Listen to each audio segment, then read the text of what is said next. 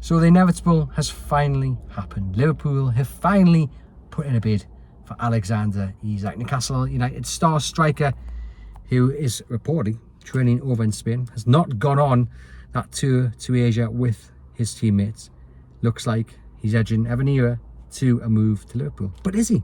Because Liverpool, as expected, haven't put in a bid anywhere near Newcastle United's valuation of £150 million. And for me, Alexander Isak is worth at least that. Reports suggest Liverpool's opening bid is £110 million. That falls way short of what Isak is worth, even with his intentions clear, even with just over a month to the window closing. Liverpool are not going to get Alexander Isak on the cheap. No. If Wirtz is worth what, 110, 115 with add-ons, Alexander Isak is worth more than that. He is the best striker in the Premier League. He's one of the best strikers in Europe. He has got so many more levels to go. If Liverpool buy him, you might as well write off a title race, in my opinion. He is that good. But Liverpool, you've got to pay the money he's worth. Don't try and steal a cheap one here. It's just insulting. Newcastle have been very clear. He's not for sale, but they value him at 150 million.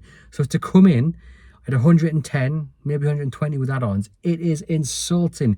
It's very clear what you have to do, Liverpool. If you want these negotiations to begin, if you want this conversation to be more or no, then put in a bid worthy of his value and put in a bid that you know Newcastle United would be open to. Now, I know they've said he's not for sale, but the reality is this. You've got to want the way striker. To persuade him to stay just one more season is going to be difficult. He doesn't want to stay. He wants to go. His representatives have made that absolutely clear. Can you persuade Alexander Isak to stay?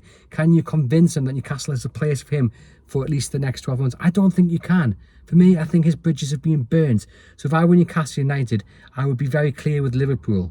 Yes, we don't want to sell him in an ideal world, but we know that he wants to go. Okay, you'd say that makes Newcastle's hands weaker, but it doesn't. 3-year contract. They can force Isak to stay if they want. The downside of that is just that he would be unhappy, but they can make him stay. I think it's at the stage now where you have to give Liverpool some encouragement. And but doing that, I say £150 million gets these negotiations started. If you bid £150 million Liverpool, you're going to stand a really good chance of getting Alexander Isak to Anfield. 110 million, no chance whatsoever. It's absolutely insulting. It is a joke. What happens next? Well, I expect Liverpool to come back to the table. I expect Liverpool, though, not to be bidding £150 million. I think they'll go in at maybe 125, 130. And again, Newcastle are just going to reject that, I would think, straight away, because it's way short of what he's worth.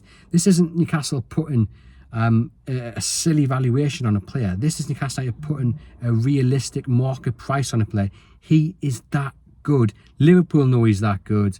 Just bid what he's worth and see if that then gives you the player that you indeed want. Look, he's training over reportedly in Spain at Real Sociedad headquarters. Obviously, his teammates over in Korea. That doesn't look good from Isak's point of view. Obviously, he's working back from this reported injury that he's had. They will return to Benton early next week. Obviously, Newcastle face Spurs on Sunday, and then everyone will return to Newcastle. The big question is whether Isak is going to be back at Newcastle United's training ground on Monday. That is the big question. And from an Isak point of view, how do you try to accelerate your move to Liverpool? You probably don't turn up at training, to be quite honest. If he doesn't turn up at training, I wouldn't be hugely surprised. If I'm being totally honest with you, I just hope he does. I hope it doesn't end on such a sour note, because right now there's a bad taste in the mouth. This could have been handled so much better by Isak's representatives. You could have done it at the end of the season. Newcastle United do not want to sell without a replacement, but then a replacement of Isak's stature costs a lot of money. Some might say cash in and then go hell for leather on finding his replacement, because you've got that money in the back pocket, but then the clubs you buy him from are going to hold you to ransom because they know you're desperate and they know you've got a huge amount of money as well. But can you get a replacement in before he goes? I mean, look, there's talk about Benjamin Sesko, but he probably is going to end up at Manchester United. Talk of Ollie Watkins, but he's a year older than he's 30, and if he's not good enough for Villa, is he good enough for Newcastle United? It's going to cost you £60 million. Johan Wissa, following the trait of Alexander Isak down at Brentford, so that also doesn't look great, but that's stalling. That hasn't come off yet. It is a mess for Newcastle United, and it's been a disappointing summer, it has to be said. We started with so much positivity and optimism. They've only signed Anthony Langer. Aaron Ramsdale is imminent. We expected more. It hasn't happened for various reasons, and this whole saga with Alexander Isak is just compounding what has been a below par summer. So far, there's still time to turn it around. There's still a month. I am of the belief that this will still end well for Newcastle United, simply because it has to. You cannot send Eddie Howe's squad into that season the way it is. It's just not deep enough. The depth is just not there. You're 2 or 3 injuries away from a mid-table finish, in my opinion. So that is the reason I look at it and think this has to end better than the current situation. I'm not losing my mind just yet. September the 1st, I'm confident they will have signed 2 or 3 more players. It's just about the quality they replace Alexander Isak with. But as things stand, Liverpool, first bid rejected. You know what you've got to do, Liverpool? £150 million just to have the conversation. That's what he's worth at the very least. Don't insult Newcastle United. If you want Alexander Isak, come in with what he is worth.